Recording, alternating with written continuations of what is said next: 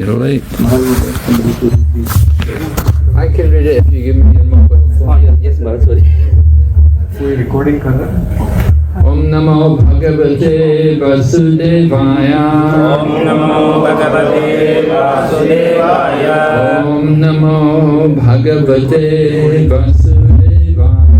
Om Namo Bhagavate Vasudevaya. Om Namo Bhagavate Vasudevaya. Om Namo Bhagavate Vasudevaya. Narayanam Namaskrityam Naram Chaiva Narottamam Devim Sarasatim Vyasam Tato Jayamudiraya Nastapraeshu Vabhadreshu Nityam Bhagavata Sevaya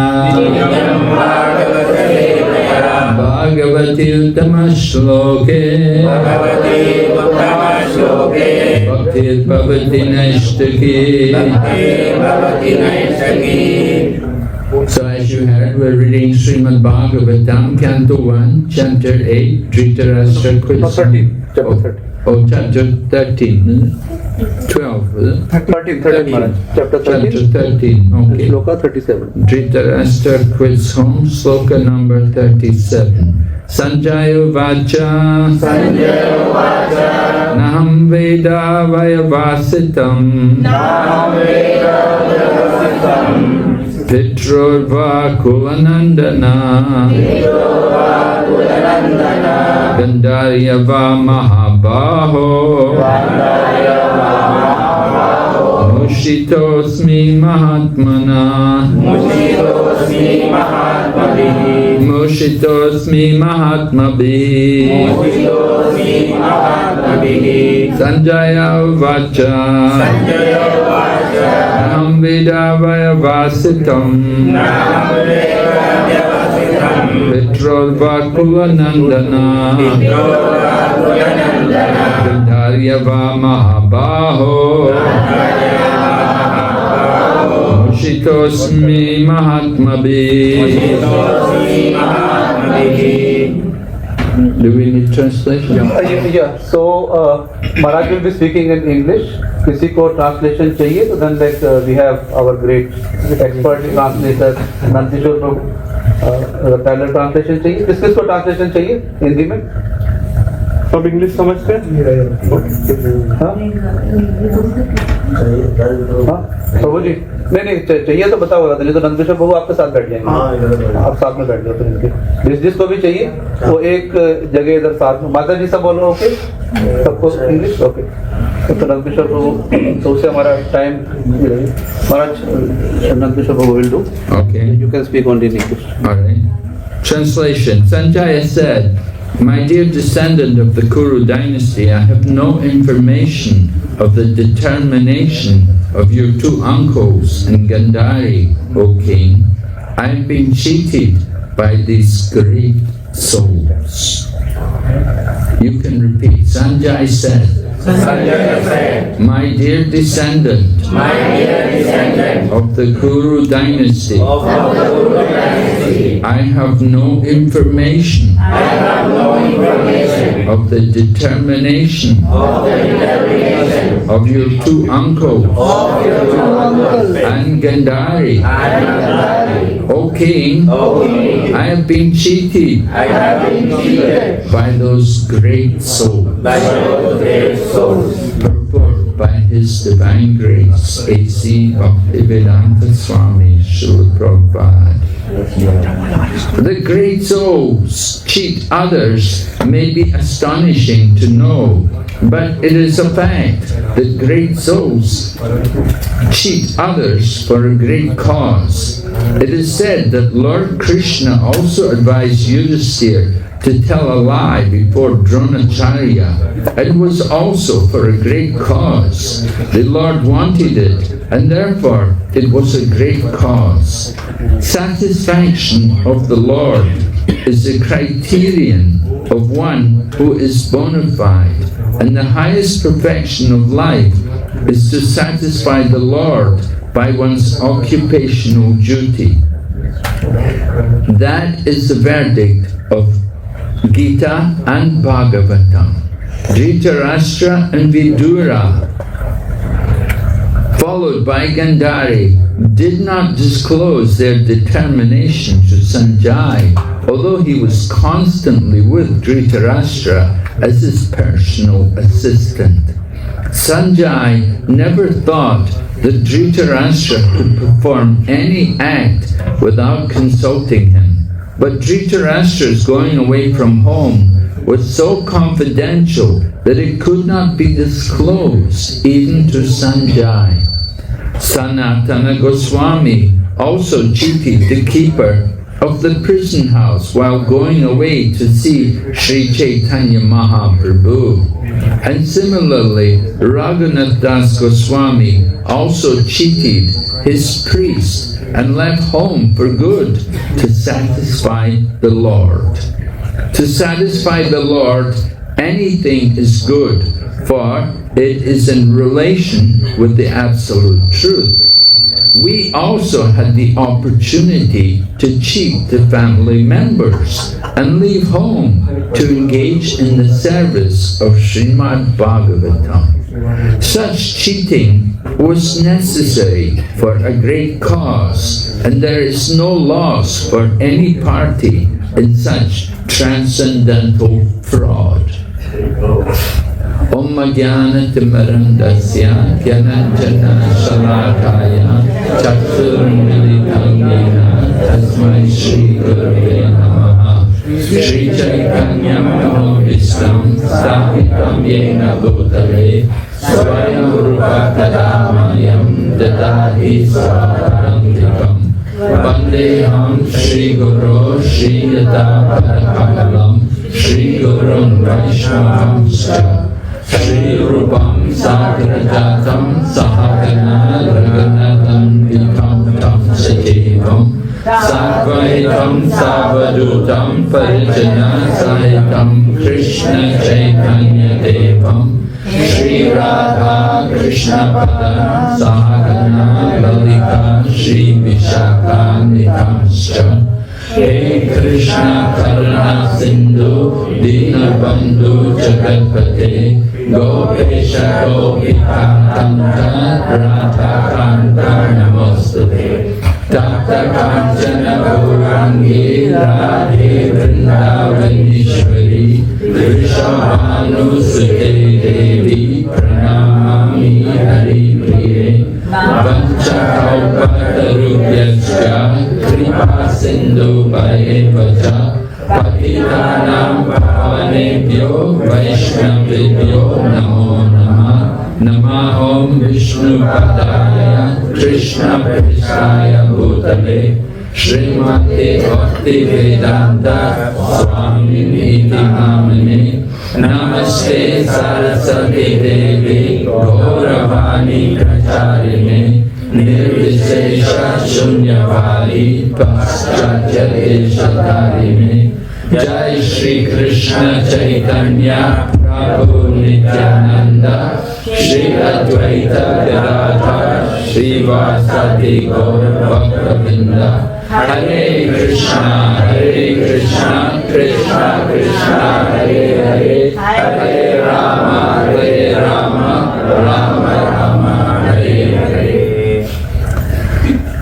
So we're reading this wonderful verse from the Srimad Bhagavatam describing how Maharaj Yudhisthira,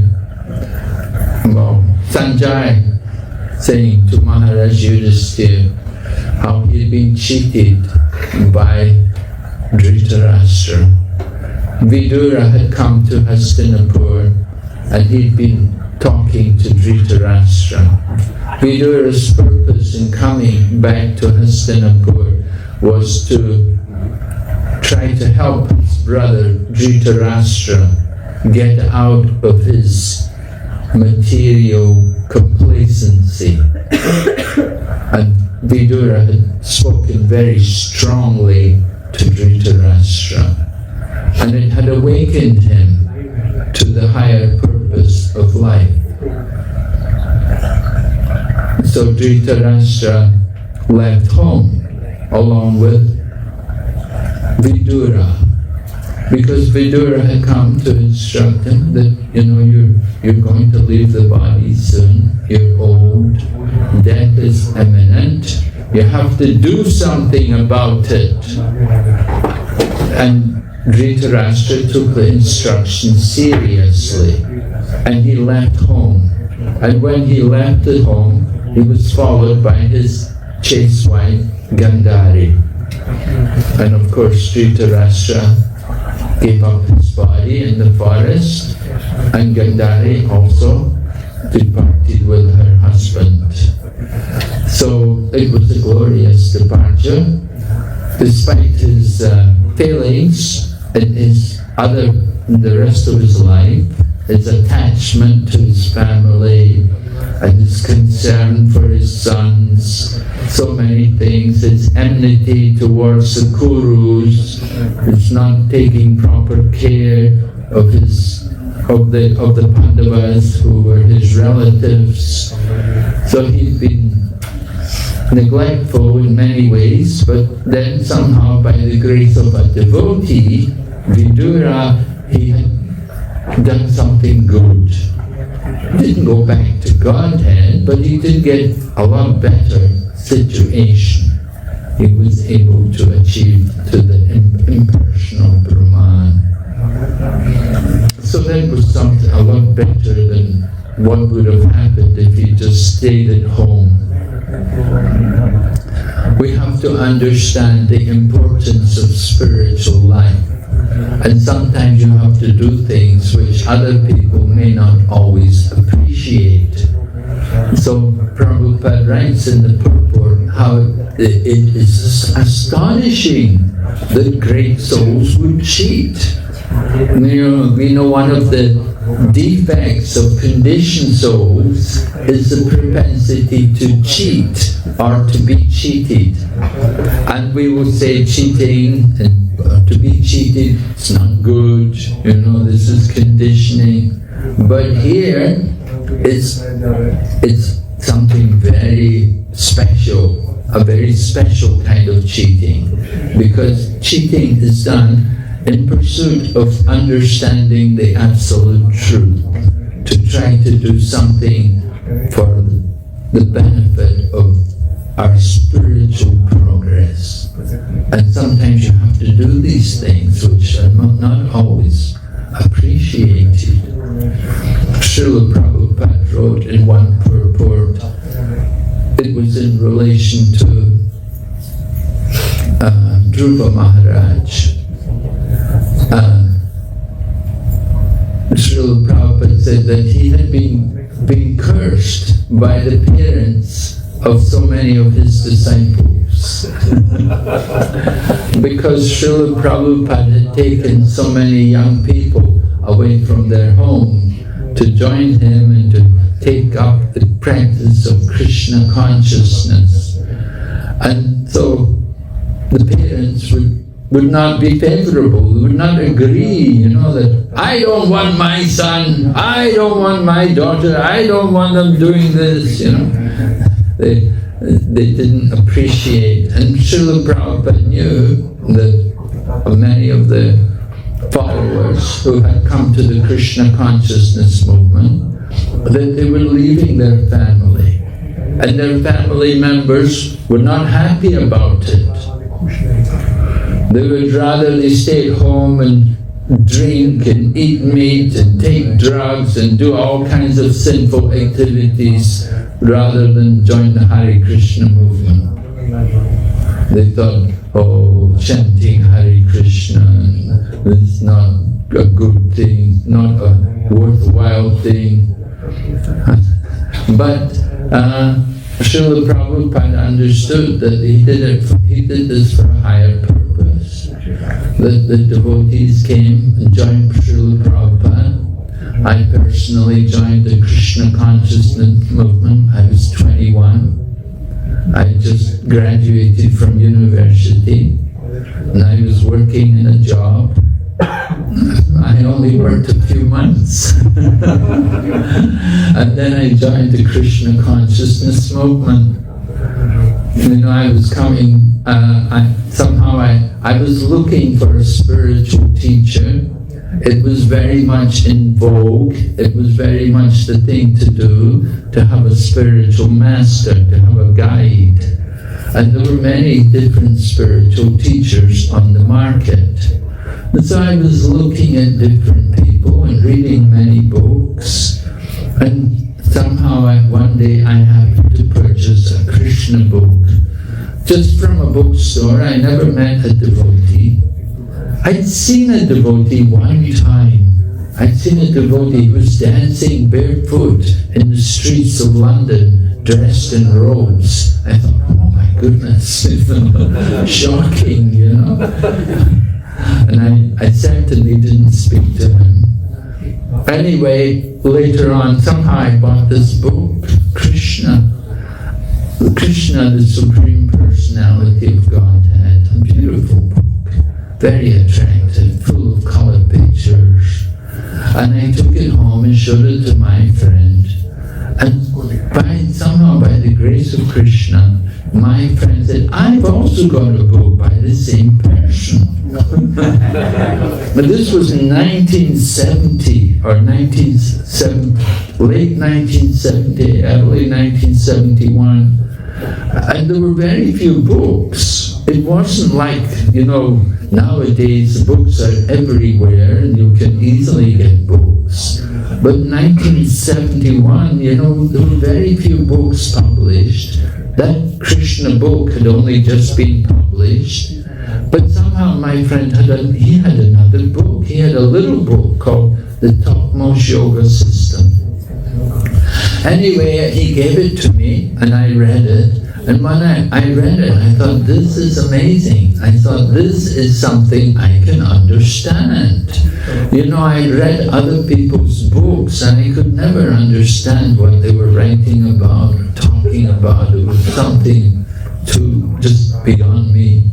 But when I read Srila Prabhupada's writings, his message was very clear and sounded also very easy and practical, things I could do. So it led to me going to the temple, and I started to visit. I went to the temple. At that time we had a small center.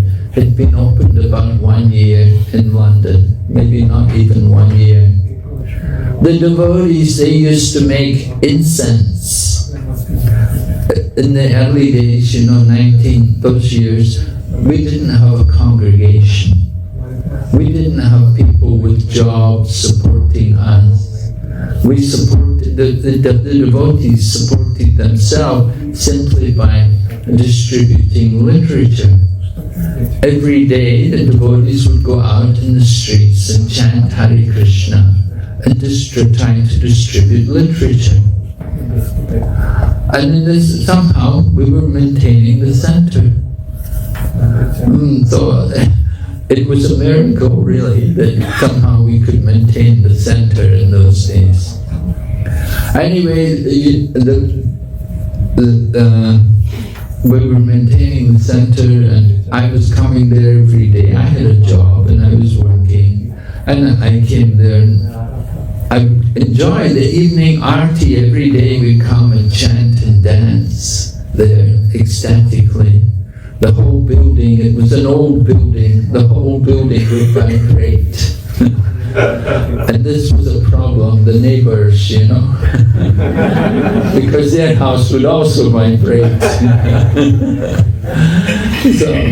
So they were always complaining, and they were always trying to close us down. But it took them many years, and that somehow we were able to maintain for some years, until we were able to eventually find another place and relocate. That place was on rent. And so I was coming there in the evening, and I would attend the programs, and they would give a little class on the Bhagavad Gita. Now I'd been trying to read the Bhagavad Gita, And we even had a course. When I was studying at the uni, they had a course on the Bhagavad Gita, and it was taught by a minister from the Christian tradition. Somehow he was teaching the Bhagavad Gita. So I didn't really understand anything he said. But when I went to the temple and I heard the devotees speak from the Bhagavad Gita, I liked what they were saying. Their message was very clear. And I used to come every evening. So then one day the devotees said to me, they said, you know, why don't you stay overnight? I said, I have a job. They said, oh, you can go to work in the morning. You can come for the Mongol Arti and after the program you can go to work. So I thought, oh, okay, sounds nice, you know, because I was coming every evening. So I started to stay in the temple and go to work. And then after some time they said to me, you know, give up that job.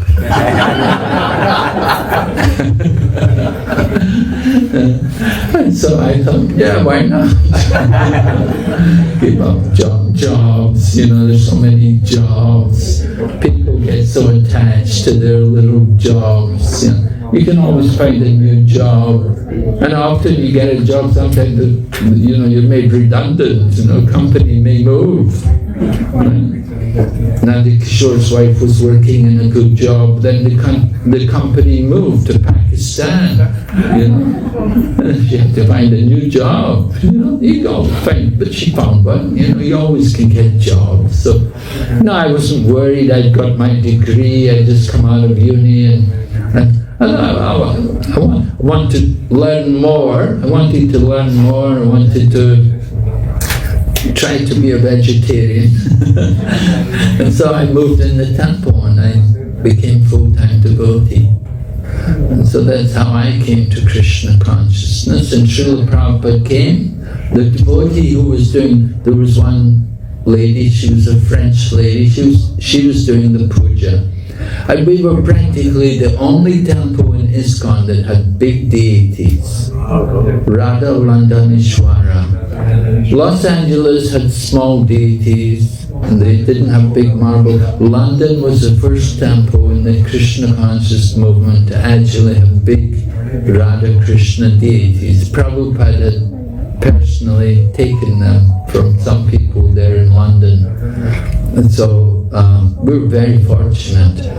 And there was no pujaris, you know, there was only this one lady, a French lady, and she was the only one who was second initiated.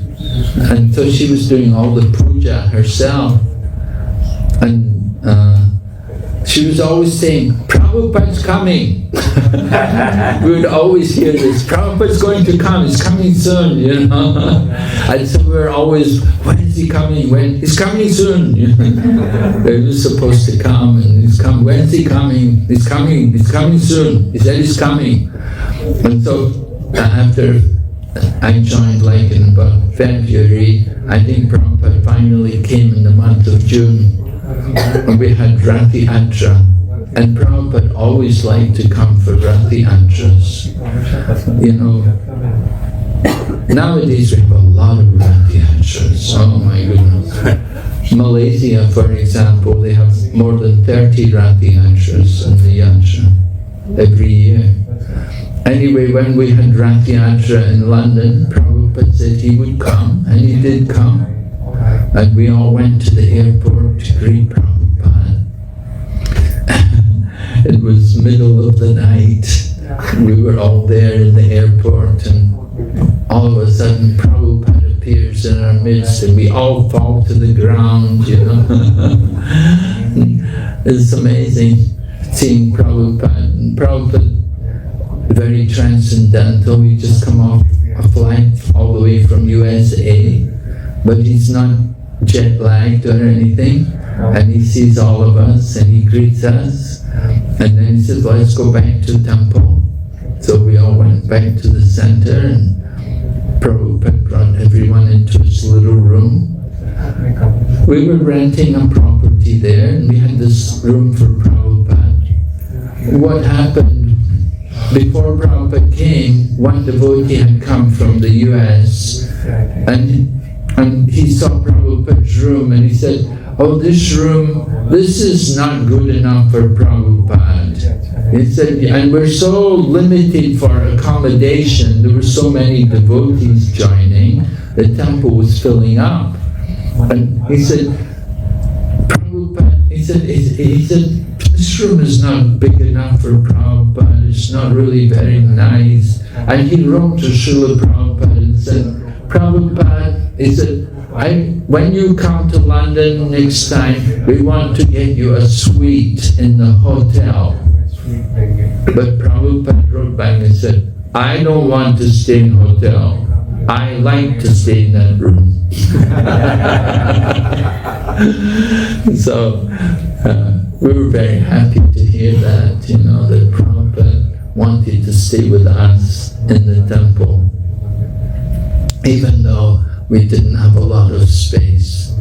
Similarly in Calcutta also, I remember staying in Calcutta temple. I'd come to India, it must have been 1975. You were not born, no? You were in another body. See, I was already there in India in 75. Prabhupada came there, Calcutta, Albert Road. Now the Albert Road Center, they've done a lot of improvements.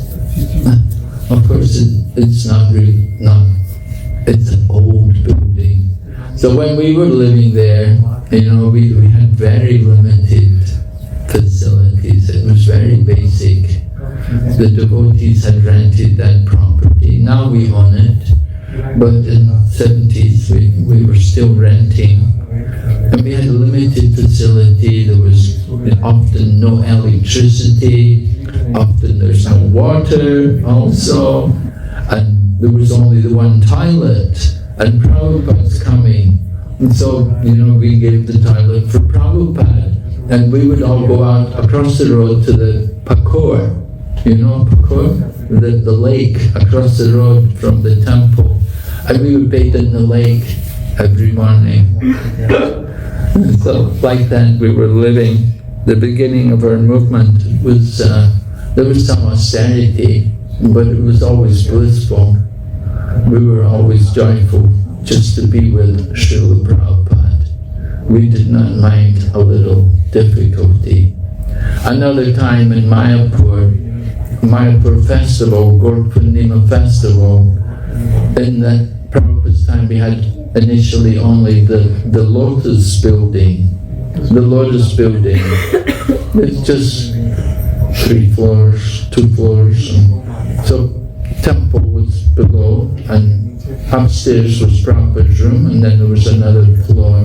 And so devotees were coming from USA. In those days we had many young devotees coming, and they liked to come for the festival, Gaur Purnima festival.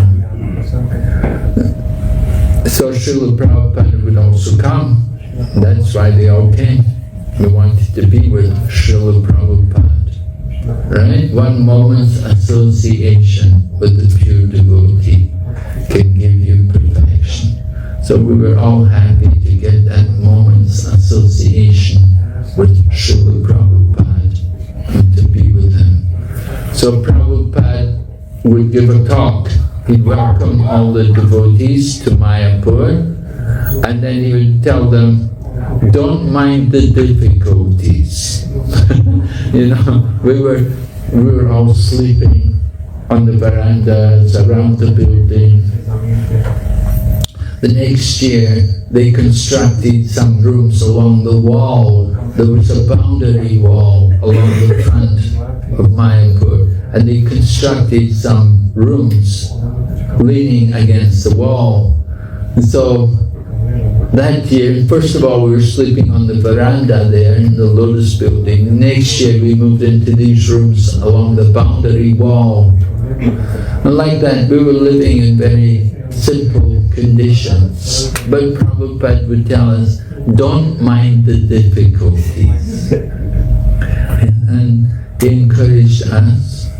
He said, be strict with yourself. He told us, please don't eat in the restaurants. He said, You are the devotees, you are the Vaishnavas. You put tilak on your face, and you put neck beads around your neck. Like that, you identify yourself as being the devotees, the members of the Krishna consciousness movement. So he said, people know that you're the Vaishnava, so you have no business to go and eat in restaurants. He said, you should simply eat Krishna prasadam. Please just eat in the temple, you know. Of course, nowadays our movement is a bit different. Those days we were very much based on the ashram. Everyone lived in the temples. After Srila Prabhupada's departure, over the years, the devotees grown up and, you know, were much more based as a congregation rather than the ashram. The devotees grow up, they get married, they have their families, they need their own home. We don't live in the ashram so much now. We still have ashrams. We don't have so many people living in them. Especially here in this country, you don't have people. And even in other countries as well, like in the US or in Europe, we don't have a lot of people in the ashrams. Most people are living in their homes. But they're devotees. And Srila Prabhupada also, as a householder, he did not live in the ashram. It was only later in his life, when after he'd taken sannyas and gone to America and began the Krishna consciousness movement. But as a disciple of Bhaktisiddhanta Saraswati, he did not live in the ashram. He was living as the grihastha. And Srila Prabhupada, of course, had written to Bhaktisiddhanta Saraswati. Just a few weeks before the departure of Bhaktisiddhanta Saraswati, Srila Prabhupada wrote to him and said, he said, I am in family life, I am a grihastha, how can I serve you? He said, you have so many sannyasis there with you. Bhaktisiddhanta Saraswati Prabhupada had initiated sannyasis and they were with him, around him. So Prabhupada said, what can I do for you? So Bhaktisiddhanta Saraswati, he had recognized our own Srila Prabhupada. He had recognized him, he knew him, and he wrote back to him and told him, he said, no, you're very good in English. So he said, you can use your English to preach Krishna consciousness. He said, that will be good for you and for those who hear you. So Srila Prabhupada took that instruction seriously. Bhaktisiddhanta Saraswati left the world, it was 1933, I think. 38, I think, Maharaj. 1st January 1938, I believe. I thought not that, maybe 36. Maybe he got initiated in 33, and then Bhaktisiddhanta Saraswati left in 36. Yes, it was the end of the year, end of January, maybe. We always have the disappearance festival in Mayapur. Anyway, he departed from the world. In 1944, our own Srila Prabhupada began back to Godhead. He started to print what we call BTG, back to Godhead. But it was just a simple sheet of paper. One sheet of paper, quite big size. And Prabhupada would do everything. He designed the logo, he wrote the articles, he took it to the printers and saw it all typeset. And of course those days printing was all letterpress. It was very different thing from how it is today. It was quite a laborious thing. And Prabhupada would do it, he'd get it printed, then he'd go and try and distribute it. And he would sit, where would he go? Sometimes he would sit in the tea shops. And the owner of the tea shop said, yeah, I remember him. He would always come here, he'd never drink anything. Everyone else would come and drink cups of tea, but he would never take anything, right? And so Srila Prabhupada, of course, didn't like us to drink tea because it's caffeine. You get addicted to it. Tea drinking is a Chinese culture, not Indian. They learned from the British brought tea drinking from China to India. I was just in Sri Lanka. I saw everywhere they're growing tea there. So much land is all the hills are all covered with tea bushes to grow tea. So, anyway, at least they make use of the land somehow, and they're famous for their tea, Ceylon tea. But we don't, as devotees, if we want tea, we can drink ginger tea, or jasmine tea, flower tea, but we don't take these teas which are caffeine based because they're addictive, they're stimulant. You get addicted. Some people, they can't get up in the morning without their cup of tea. And of course you go on the train in India, every morning you hear chai, chai. And people will look up the blankets and put their hand out to get their cup of chai. Yeah. So Srila Prabhupada would often sit there in these shops to sell his magazine. And he would ask people even sometimes, please take a subscription. And this way he would try to do things. Then he printed Srimad. Somebody told him, he said, you're writing magazines. They said, you're writing magazines. Why don't you write a book? Why don't you publish a book? Because magazines are easily thrown away. People won't take care of them. It would be better if you could publish a book. So Srila Prabhupada took that advice seriously, and he began his translation of Srimad Bhagavatam. And he began to publish it with no money and no people helping him. It was quite difficult, quite challenging. But somehow he was able to print 3 volumes before he went to the West. Actually, Srimati Morariji, the lady who gave him the passage on the ship to go to America, she had donated for the publishing of 1 volume of Srimad Bhagavatam. So Prabhupada had met her, and because she was a devotee of Lord Krishna from the Pushti Marg, and they liked Srimad Bhagavatam, so she helped him to publish Bhagavatam. And then he heard she had a shipping company, so he asked her, please give me a passage on your boat to go to America. And that's how Prabhupada got to America. So then, of course, then it was all struggle, so much struggle he had to go through to begin his Krishna consciousness movement. And when he got to America, then also it was not easy. Early on, he lost his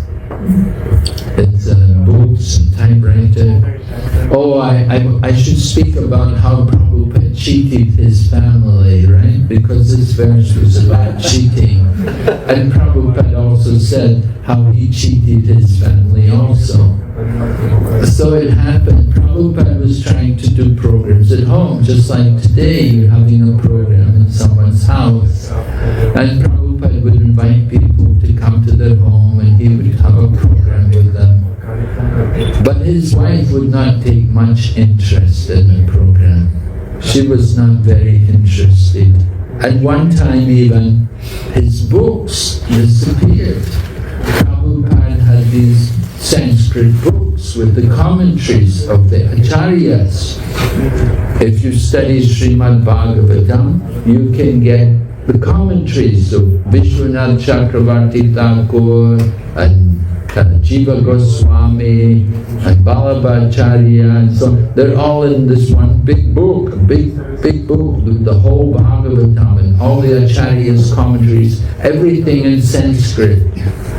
So Prabhupada said at some point my books went missing. And I did not know where they went.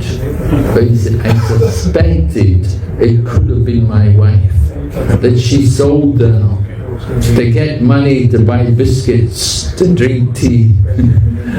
Right?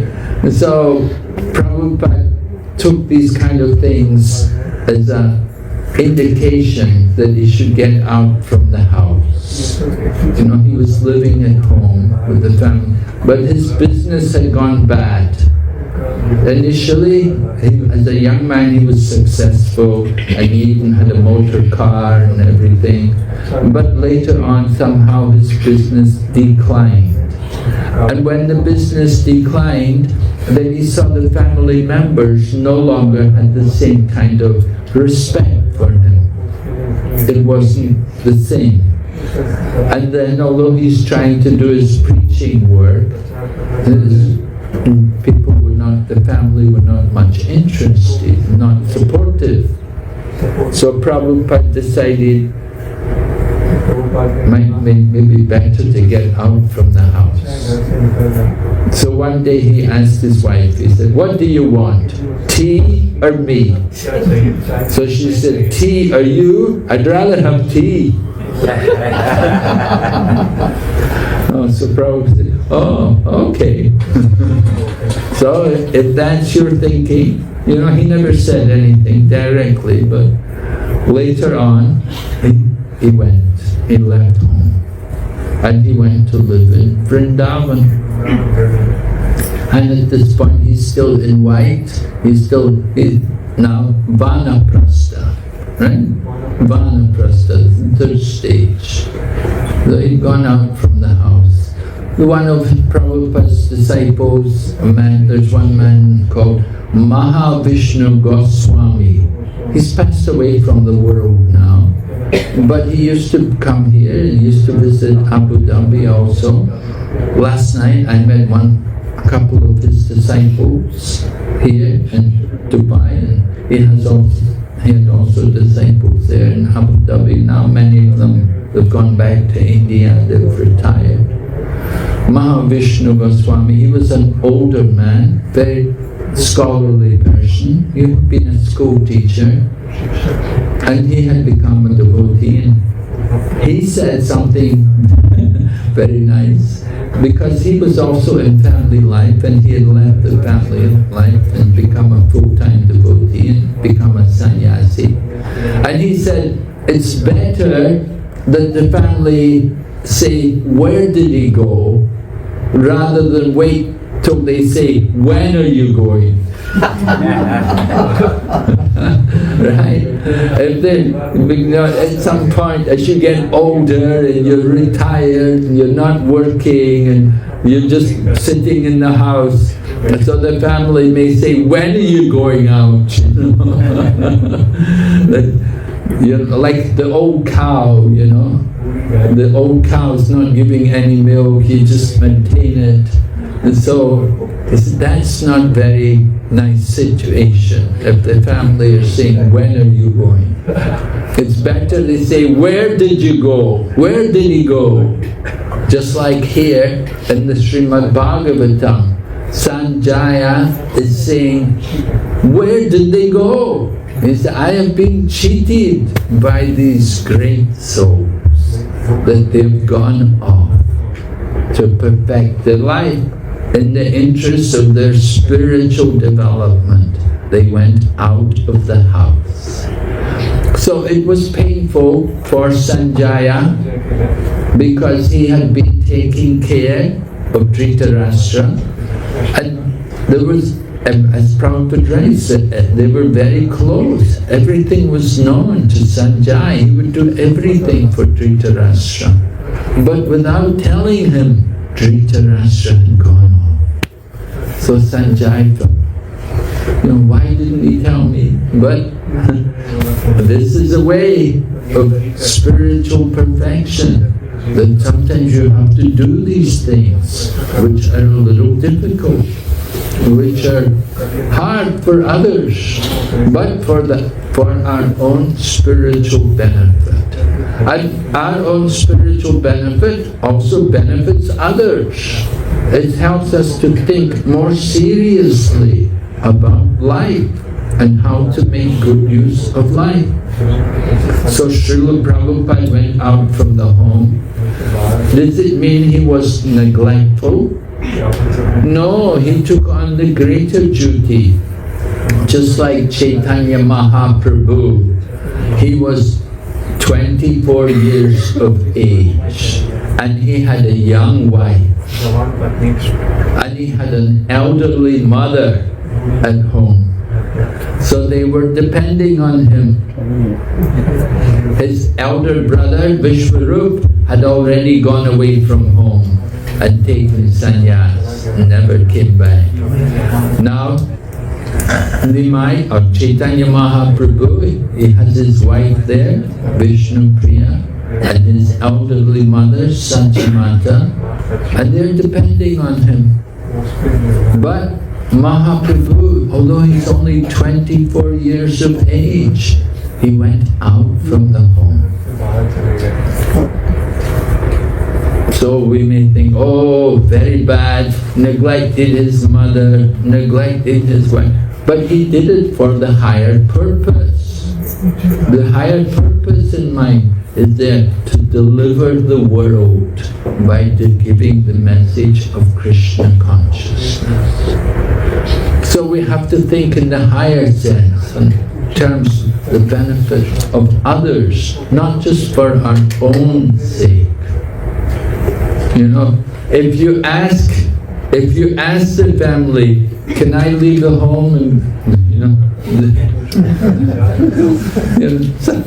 you may be lucky, but usually those, no. So it's one thing, you don't ask people for permission. You have to be convinced yourself that this is the right thing to do. And Srila Prabhupada had that conviction. He understood that what he was doing was necessary. He wanted to go out. He had been telling people for a long time that I'm going to go to the West. I want to go to the Western countries and teach the message of Chaitanya Mahaprabhu. He was living in India, in Vrindavan, and he was telling, I'm going to go to the... And people were like, oh, very good, But they never thought it would happen. So many people say so many things, but who actually does it? But Srila Prabhupada was convinced he had to do this. And in order to do this, he had to go as a sannyasi. If he was not a sannyasi, it would not have been quite the same. So as a sannyasi, he was an established authority, accepted authority, with spiritual knowledge, and he could present the Krishna consciousness philosophy. And of course he did it, and later on in his life, he was not a young man. But he utilized that time, those final years of his life, he utilized them very intensely, utilized every moment. One of the symptoms of one who is on the platform of Baba is that they're very careful not to waste time. They use every moment of their time for the service of Lord Krishna. And Prabhupada did that, like the Goswamis. They conquered overeating and sleeping. So Srila Prabhupada also conquered overeating and sleeping. Hardly sleeping, but waking up in the middle of the night to write his purports, to write his Bhaktivedanta purports. And he did not know if he would ever get anything published. but still he was writing. So in this way Srila Prabhupada set us the highest standard, the highest example for distributing Krishna consciousness. And Lord Krishna gradually arranged for his success. Srila Prabhupada said he began the movement with no money. He went to America. How many rupees? 40 rupees. Yeah, some rupees. And then he sold a set of books to the captain of the Jaladuta, Captain Pandya. He purchased one set of books and he paid him in dollars. He gave him $20 for a set of Bhagavatam, the first 3 volumes of Bhagavatam. So Prabhupada said, that is a few hours spending money. Not even a few hours nowadays, right? $20. Anyway, this was how Prabhupada arrived in America, and he began the Krishna consciousness movement. But Prabhupada never worried about funds. He never worried about money. He just worried about Krishna consciousness, seeing all of us practice Krishna consciousness. So Srila Prabhupada knew he did not have a long time remaining in the material body.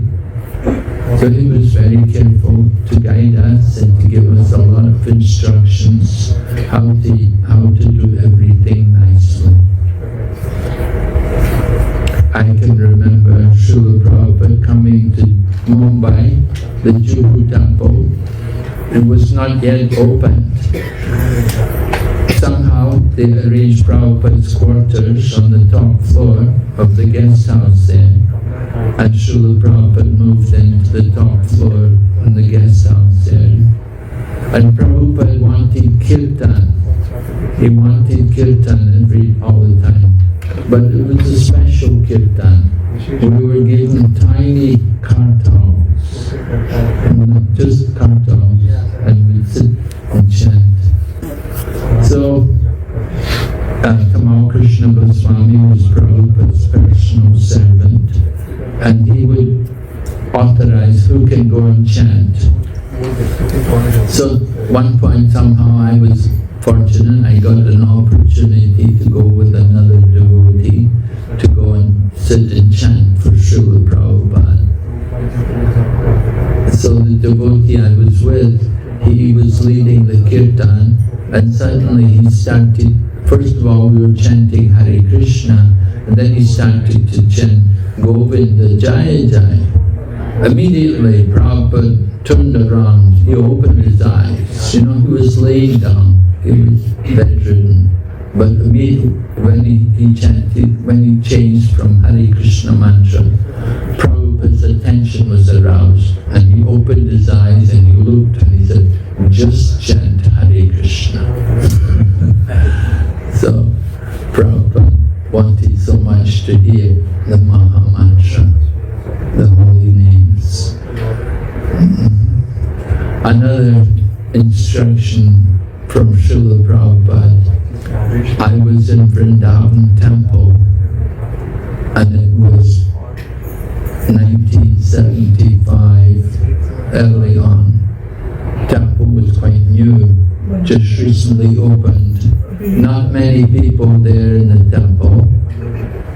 And it was lunchtime, came to lunchtime, the Rajbhog Arti. So the Arti, they opened the curtains and, we should have kirtan for the deities. So I took the kartals and I began to chant with the kirtan there in the temple. Very few people in the temple room. I was just playing the kartals. 5 minutes later, a devotee came from Prabhupada's quarters. The devotee who was one of the servants of Prabhupada, he was actually the temple president of the Krishna Balaram temple. And he was serving Srila Prabhupada. And Srila Prabhupada had sent him to tell us, why is nobody playing Madanga? Prabhupada was in his room in the house behind the temple, but he was listening to the kirtan in the temple. You know, it's just amazing, you know, that he was in his own room in the at the back of the temple, and he was listening, midday arti. Why is nobody playing Madanga? When there's kirtan, you must always have kartal and Madanga. So, so we have somebody to play Madanga as well.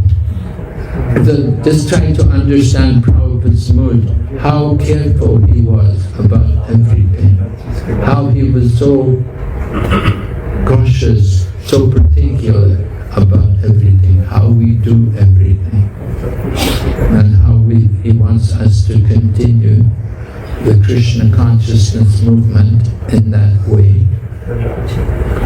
So today is a very special day in which Srila Prabhupada departed from the world. And we're remembering Srila Prabhupada. More and more, Prabhupada's followers are more and more. So many people have come to the Krishna consciousness movement now. So Prabhupada is being more and more recognized as time goes on. So we're praying that the Krishna consciousness movement will continue and keep the standards which Srila Prabhupada wanted.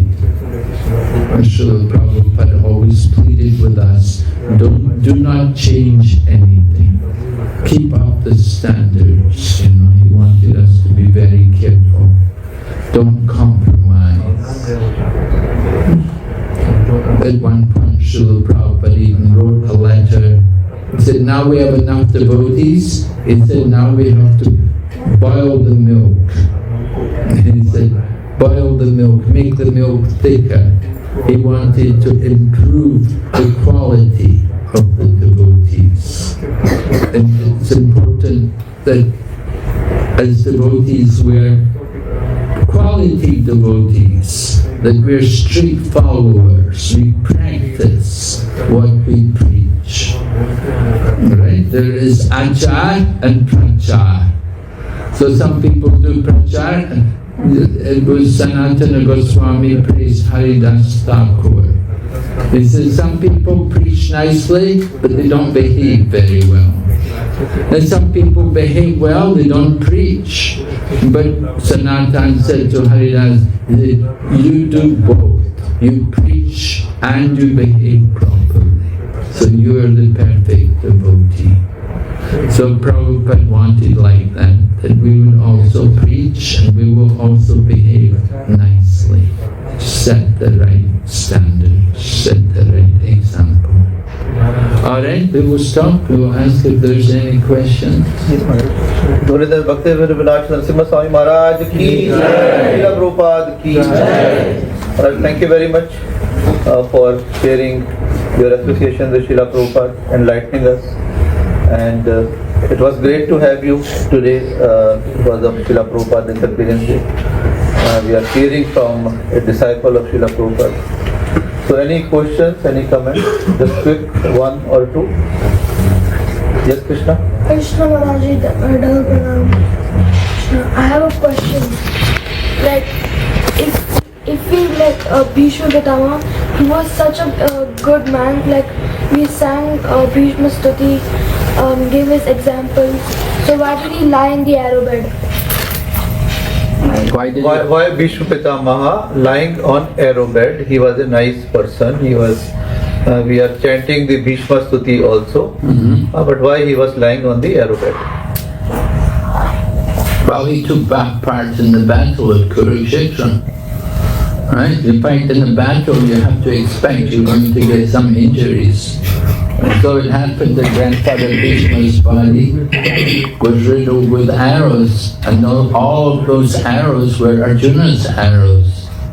And so Bhishma had a benediction that he could remain alive as long as he wanted, that he would not die until he was ready to leave the body.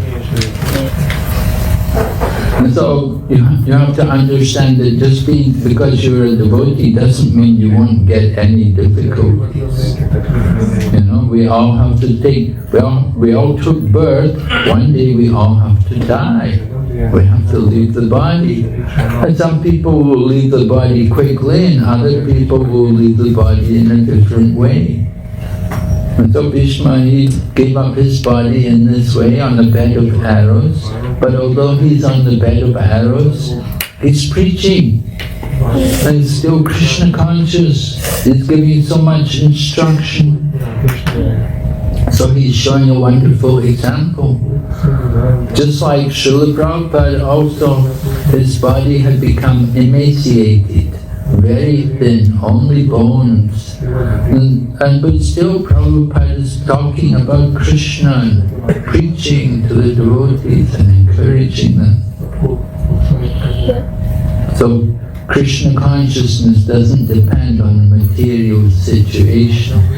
Some people think, oh, I have to wait till I get comfortable, till I have a nice situation, then I can be Krishna conscious. But we have to learn that we have to be Krishna conscious in any situation. Right? We say, Narayana parasave nakutascha nividyate swarga apavarga narakesh vapitu yatadarshana. That heaven and hell and liberation are all the same for a devotee. If we have surrendered ourselves to the Lord, we don't see any difference. And so, somebody's sitting in a hospital bed and somebody's laying on a bed of arrows. There's no difference. Thank you. Hare Krishna. And any other question?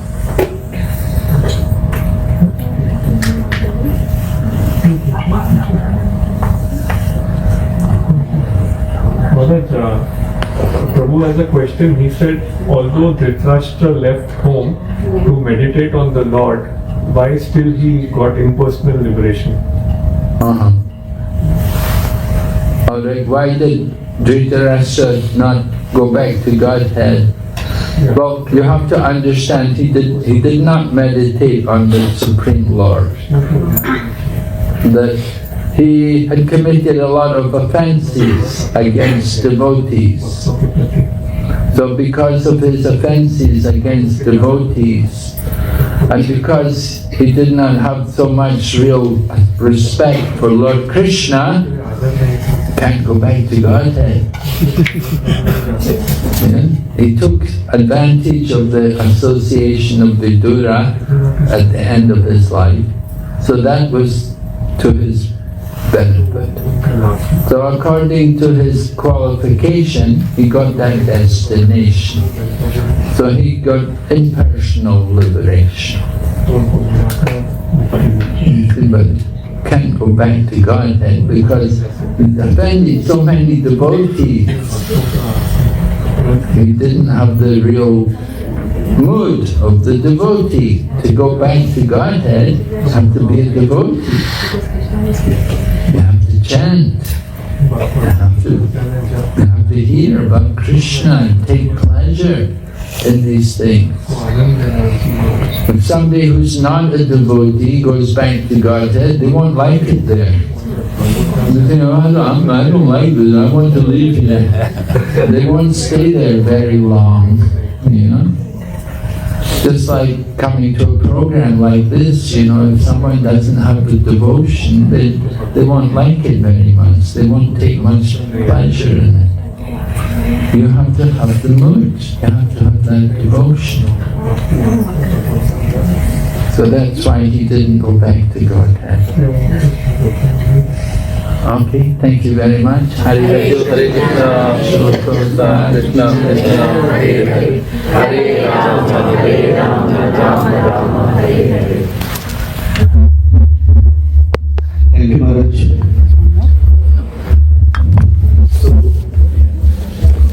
Now we'll have Damodardesh come. Everybody be ready for offering the Gilam. Narasimha Swami, you will lead Damodardesh.